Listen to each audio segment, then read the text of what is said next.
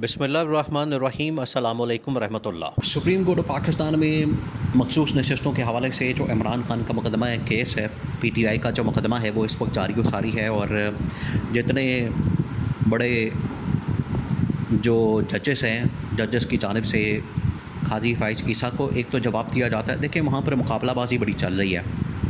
ये जो हुकूमत ने, शहबाज शरीफ वालों का मसला ये है कि शरीफ ख़ानदान ये क्या करते हैं, लोगों को रिश्वत देते हैं, लोगों को ओहदे नवाजते हैं, ओहदे देते हैं, गाड़ियाँ देते हैं, पैसा देते हैं ताकि लोगों को अपनी तरफ किया जा सके, लोगों को अपने साथ मिलाया जा सके। चीफ़ जस्टिस काजी फ़ाइज़ ईसा को भी इसी तरह के एक मुबैना तौर पर ऑफ़र जो है, पेशकश जो है वो रिपोर्ट हुई है कि इन्होंने एक्सटेंशन की ऑफ़र काजी फ़ाइज़ ईसा को दी, जिसकी वजह से काजी फ़ाइज़ ईसा की आंखें जो हैं बाहर आ गईं और इंसाफ की जो पट्टी है उसने उतार दी और सिर्फ शरीफ ख़ानदान के हक़ में फ़ैसला दिया जाने लगा और इमरान खान के ख़िलाफ़ फ़ैसला देने के लिए इसको बांध दिया गया। ये मकसद था। तो जब ये शहबाज शरीफ की हुकूमत ने इस तरह की ऑफ़र कर दी, इस तरह की उनकी जानिब से ये पेशकश हो गई, काजी फ़ाइज़ ईसा अब 13 रुकनी एक फुल कोर्ट है। फुल कोर्ट के अंदर काजी फ़ाइज़ ईसा बैठता है और बाकी 12 जज।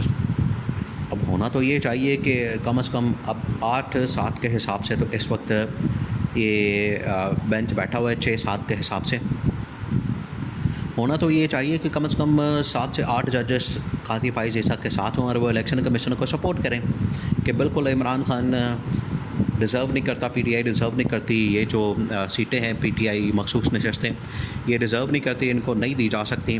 अगर देनी है तो उसके लिए हमें फिर इलेक्शन कमीशन के ख़िलाफ़ फ़ैसला करना है या आइन को बदलना है, कानून को बदलना है, इस तरह की और बहुत सारी चीज़ें। जबकि आइन और कानून के अंदर बड़ा वाज़ेह है कि जिसका जो हिस्सा बनता है, जिसका जो शेयर बनता है, जिसका जो हक़ बनता है, यानी इमरान खान का, पीटीआई का, उसको सीटें मखसूस नशस्तें उनके हवाले करें।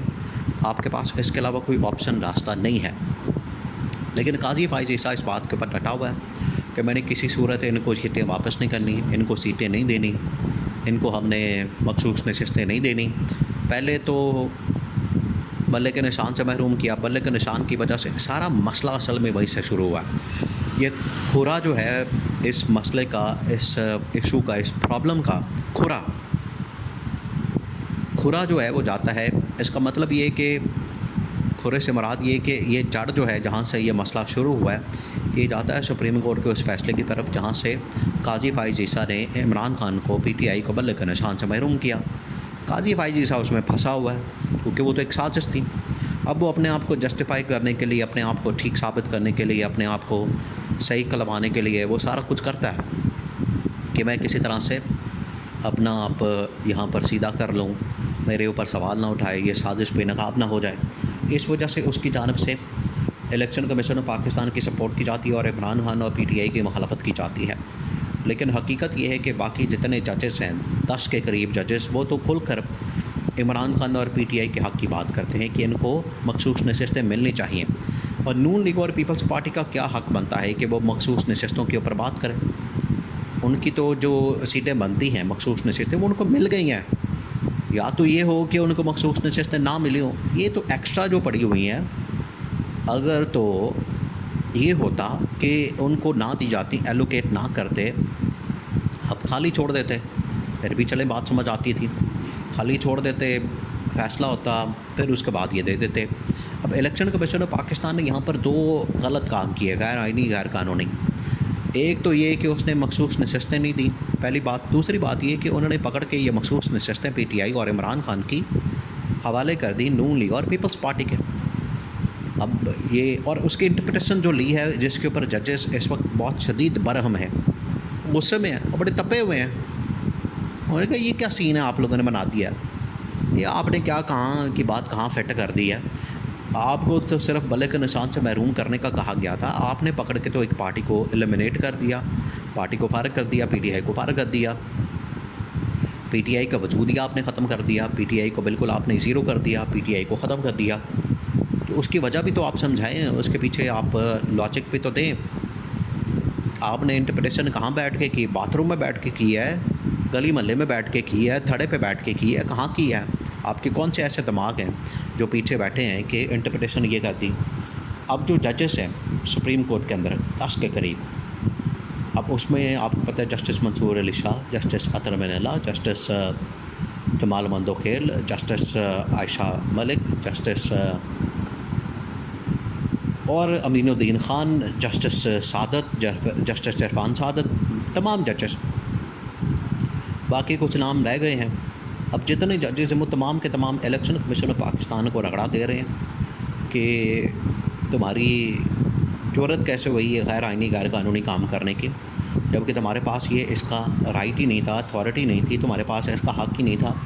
तुमने पकड़ के तो पूरा आइन और कानून को तब्दील कर दिया, तुमने पकड़ के पूरे आइन की धज्जियाँ उड़ा दी, आइन को रीराइट कर दिया।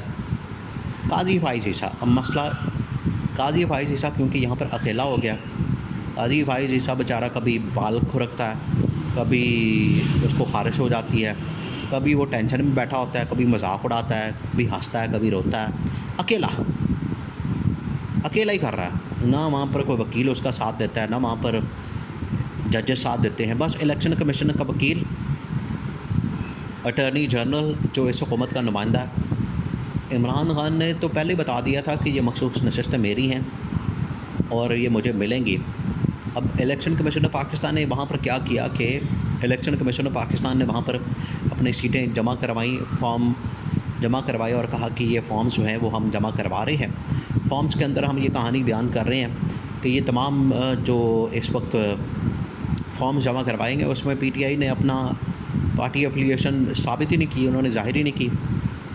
तो पीटीआई वालों ने कहा कि आप बाकी फॉर्म भी लेकर आएँ, अब आप ये जालसाजी ना करें।